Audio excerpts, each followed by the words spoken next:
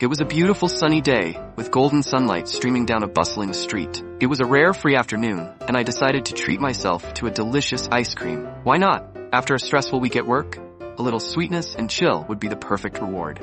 I stopped by a small ice cream parlor on the side of the street.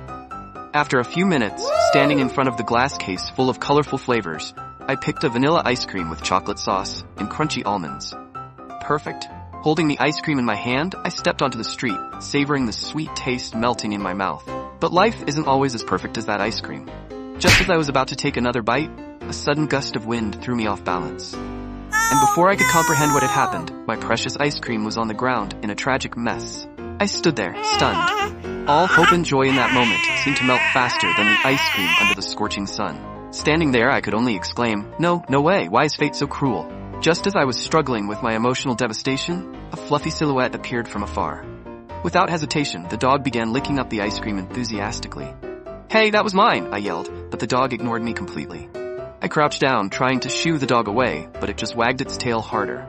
Then, as if mocking me, the dog picked up the cone in its mouth and ran. "Oh no, you don't!" I shouted, running after the dog like a lunatic. People on the street stopped to watch, laughing at the bizarre spectacle.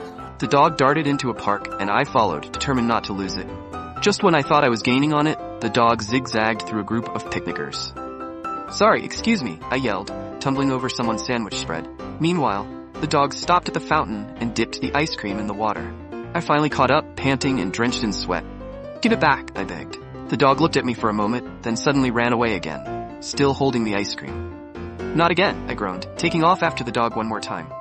This time, the dog ran into a playground, causing chaos among the kids. A little girl screamed as the dog brushed past her, knocking over her juice box. The dog suddenly stopped near a seesaw, as if daring me to catch it. "Okay, buddy, nice and slow," I whispered, inching closer. Just as I was about to grab it, the dog bolted again, heading toward the swings. I tripped over a skateboard and landed flat on my face. The dog paused, turned around, and barked, as if laughing at me.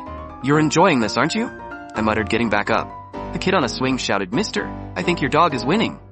The dog, sensing my renewed energy, bolted toward a pond nearby. "Oh no, don't you dare," I shouted, realizing what it was planning. The dog jumped into the pond with a big splash, soaking everything nearby. I stood there, dripping wet, as the dog happily swam around with a cone in its mouth. "You win, okay? Just come back here," I yelled in defeat. Finally, the dog swam to shore, dropped the wet ice cream, and proudly wagged his tail. I picked up the ice cream, now just a pile of slime, and sighed. "You know what? Keep it," I said, handing the cone back to the dog.